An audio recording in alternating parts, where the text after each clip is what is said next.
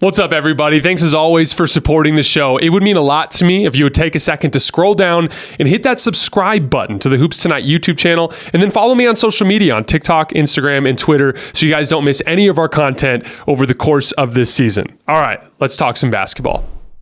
All right, let's move on to the Milwaukee Bucks. So let's start with Gary Trent Jr. And again, all I'm going to do here is I just want to hit these three free agent signings. Again, I'm not as keyed in on the draft as other NBA analysts. I'm aware of that. I don't try to pretend to be. We'll talk a little bit about it.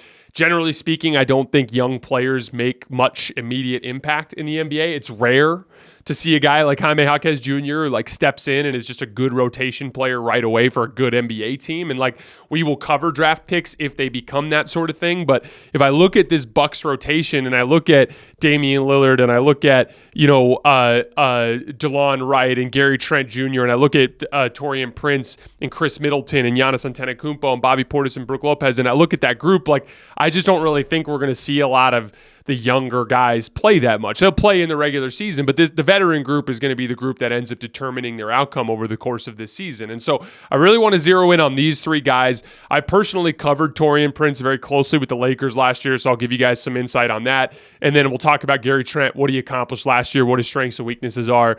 And then we'll talk about Delon Wright, and then we'll move on to our mailbag. So I had been talking about Gary Trent Jr. trying to rehab his value by taking a veteran minimum deal on a contender, right? And the team that I had been primarily talking about was Denver, although I also wanted him for the Lakers potentially as well if they could have freed up a roster spot for him. But the Bucks are another really nice example of that. They're similar to Denver. They're a team that has a clear need at the two. Specifically at his position, they have a need there. They're a team that's gonna at least be a top 4 seed and is gonna probably at least play 2 playoff rounds as long as Giannis is healthy, right?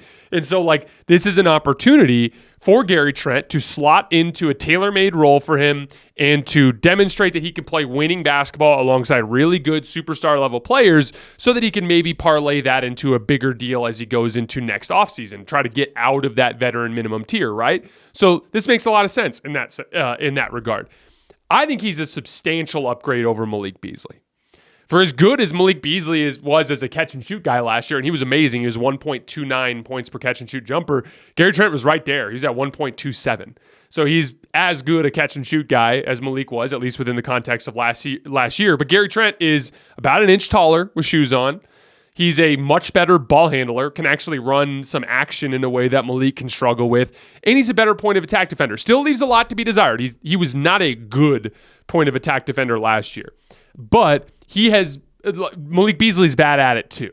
And Malik Beasley over the course of the year put in the work, tried to get better, at least became respectable in some sense towards the tail end of the year, but he still really struggled. Gary Trent, a little bit, specifically one of the things that Gary Trent's better with is he's just more active with his hands. To give you an idea, Malik Beasley has never had a single season where he averaged over a steal per game.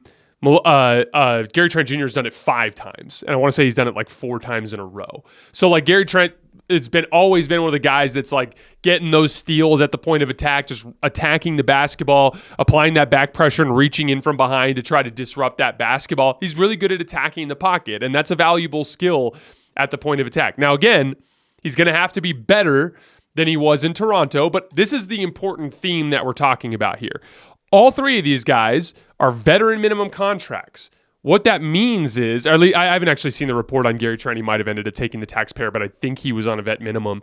But the point is if you are going to take if you're going to be in the payroll predicament that the Bucks are in, you don't get to go sign the $15 million guy. And if you don't get to go sign the $15 million guy, then you can't think about it within the context of a $15 million player.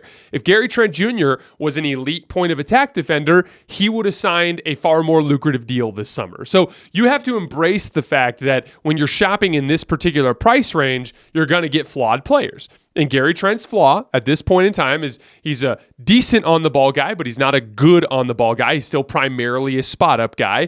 And then on the defensive end, while he's active with his hands, he's not an elite athlete, and he's not an elite chase guys over the top of screens and disrupt the point of attack guy. That's the kind of concession that you're making, getting him at that type of discount.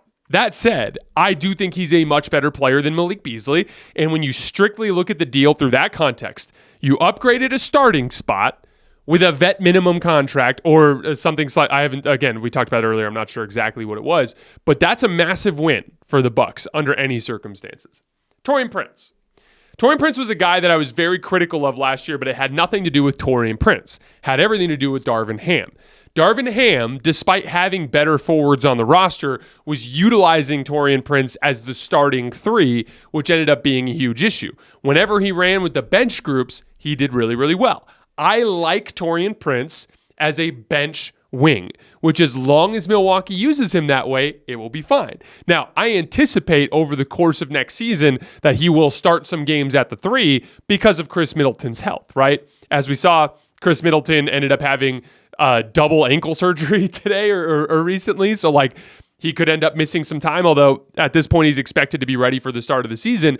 But like if Chris Middleton misses time, you're just slotting Taurean Prince into that spot. But as we know, the idealized version of the Bucks next season involves Chris Middleton at the three. And so any concerns you have with Taurean Prince as a starting caliber forward don't really matter, because if he's starting for you in the playoffs, that means Chris Middleton's hurt. And if Chris Middleton's hurt, you probably don't have a championship ceiling anyway. And so within the context of what you're hoping for this year, which is a healthy season for your stars, I like him as a backup forward. Really good catch and shoot guy last year. He was at 1.2 points per catch and shoot jumper.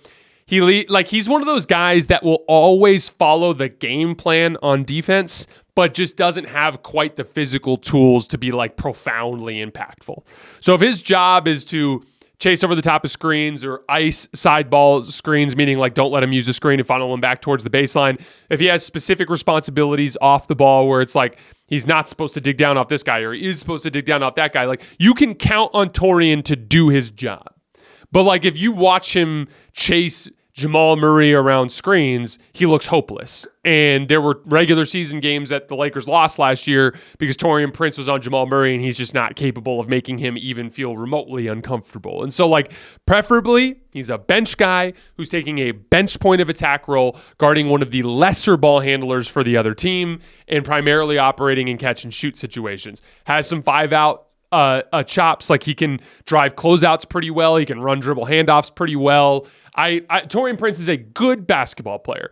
He just needs to be like your 7th or 8th best player, which is what he's going to be with Milwaukee. So I really like the fit, especially at that price point. Really, really nice move for Milwaukee. His weaknesses, he's not a good rebounder. And then as a 3, he's thin. He's not a great athlete, and he's not particularly big or strong. And so like that physical area of the game is where he can be a problem. One thing I'll say about Taurean Prince, though, as bad as he was rebounding during the regular season, as inconsistent as he could be at times, he ironically, after all of that drama last year, ended up being the Lakers' most dependable forward in that Nuggets series. That ended up being more depressing because it had mostly had to do with the fact that Rui Hachimura just had a completely nightmare series. But to Taurean Prince's credit, he elevated his game in that series, and I thought that was a good indicator of his confidence in his ability to play a bench role in a playoff rotation. Delon Wright, basically a professional point of attack defender. He's got good length. I actually ran into him in Vegas, and we stood right next to each other, and he's taller than you would think. Pretty thin, but he's got good length at that guard position. Shot the ball really well last year. The whole question with Delon Wright is, can he still move the way he used to? He's 32 years old now, but once again, this is the reality of Milwaukee's predicament. You're going to have to shop in guys that have big question marks by virtue of where you're at with your payroll. I thought Delon Wright was a smart move in that direction to try to bring in basically a more of a point of attack defense focused 2-guard option to have next to Damian Lillard. And just like last year when you had Patrick Beverley and Malik Beasley as your 2 options, now you have Delon Wright and Gary Trent Jr., 2 kind of similar archetypes, but 2 much better players in my opinion. I just think those are better basketball players. Like Patrick Beverley's not even an NBA player anymore, and Malik Beasley, again, as we talked about earlier, is very, very streaky jump shooter, can go very cold, as some of you Bucks fans saw for stretches. And he shot really well last year, but that's not how he shot every other year of his career. So, like, to me, I just think Gary Trent's a more dependable and a better basketball player overall. So, to put it simply, You turned Malik Beasley and Patrick Beverley into Gary Trent and Delon Wright, and you bolstered at the forward position by giving yourself a legitimate backup forward to play behind Chris Middleton, which is something that you didn't have last year. So I think that given the circumstance, you're grading on a curve, right? And the curve for the Bucks is their payroll situation. Grading on a curve, I thought the Bucks had an amazing offseason. That's going to be an interesting team to watch next year, especially if they can stay healthy.